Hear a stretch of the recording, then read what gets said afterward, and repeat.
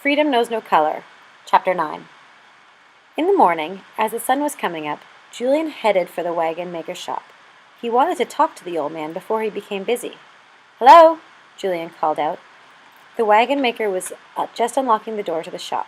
He turned and looked at Julian. "What do you want?" he asked in an unfriendly voice. "I need work," Julian said. "I'm strong, and I can learn to do anything." The old man scratched his head of curly gray hair. "I don't need anybody," he said. Julian came closer and offered his hand. "My name is Julian," he said. Reluctantly, the wagon maker reached out and shook Julian's hand. "Last's the name," he thought.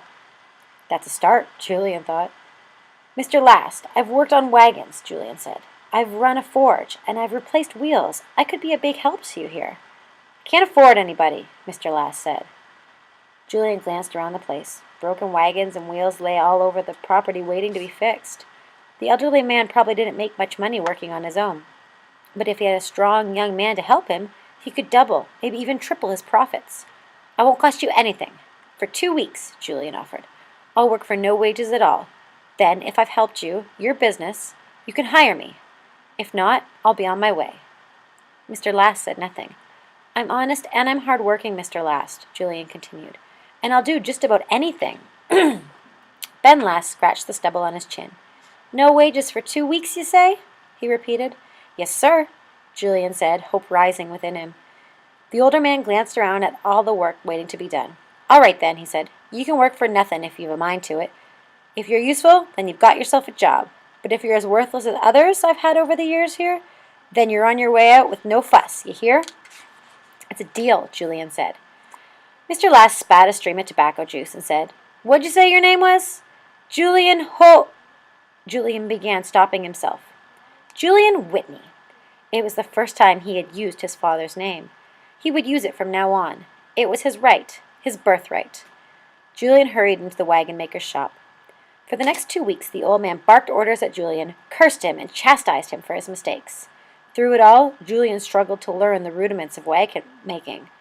At the end of each day, his whole body ached from hoisting wagons off the ground and wrestling the wheels loose. After 2 weeks, Julian surveyed the yard surrounding the shop. Mr. Last had made considerable progress with Julian's help. He hoped the old man would offer him a job. "I'll be leaving now, Mr. Last," Julian said at sundown. "Did you want me to come back tomorrow, sir?" Mr. Last spat a stream of tobacco juice at the forge, making it sizzle. Then he looked at Julian. "I'll pay you $4 a week and not a cent more," he said cantankerously. "Take it or leave it." "I'll take it," Julian cried. "And you won't be sorry, Mr. Last. No, sir, you won't be sorry." All right, Mr. Last said, dismissing Julian with a wave of his hand. "Be here at sunup tomorrow." Julian headed home in the dusk, with the moon bobbing in the sky like a great pale melon. He jumped over low fences and let out a wild yell now and then. When he reached the rooming house, he bounded in like a young colt who'd just discovered he could run on his long, skinny legs. Julian hadn't been so happy since he was a little boy, too young to know he was a slave. "I'm an apprentice wagon maker," Julian announced at the supper table.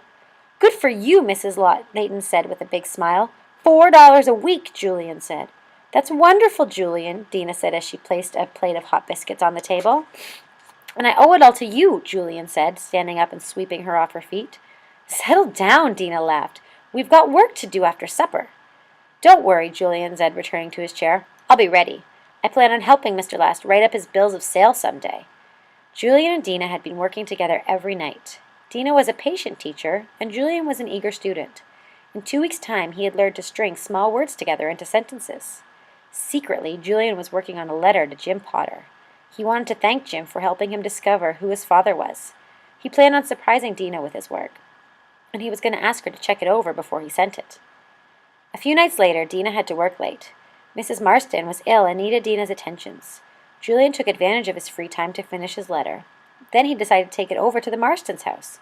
He hoped to find Dina alone in the kitchen so he could show her the letter. He had never been to the Marston house before, but he went around to the back of the house and rapped on the door. No one answered. Instead, the door slid open slightly under the pressure of his hand. "Dina?" Julian called, putting his head in the door. The house was silent. He called again, this time more loudly. Still no answer. Maybe she's in the parlor, Julian told himself, entering the kitchen. Dina had told him that sometimes she worked on embroidery or sewing in the parlor when Mrs. Marston was sleeping. Julian moved slowly and silently through the house, looking for the parlor. He started down a long hallway. At the end of the hall was a small room. As Julian approached, he could see a desk and shelves filled with huge volumes of books in the room. He figured it was where Mr. Marston did his account books. He decided to look in there. Maybe Mr. Marston would know where Dina was. Julian peered in the doorway of the little room. "Dina!" he said. Dina was sitting on the floor, her back to him. When she turned around, he could see she was crying. "What's wrong?" he asked, walking towards her. Suddenly, he jumped back in horror. An older man lay sprawled on the floor beside Dina. Blood was pouring from an open wound in his head. "Julian!" Dina gasped. "Go! Go quickly! Mr. Marston is dead!" "But what happened?" Julian cried. "Just go!" Dina screamed. "In God's name, don't argue! Just go!" Confused, Julian turned and headed back the way he came. But as he left the house, a man Julian assumed was old Hank came around the corner. "Who the hell are you?" Hank demanded, his voice filled with suspicion. "And what was all that screaming about?" But Julian didn't answer. Instead, he ran through the darkness, terror clutching at his heart. Mr. Marston was dead, and Hank had seen him coming out of the house.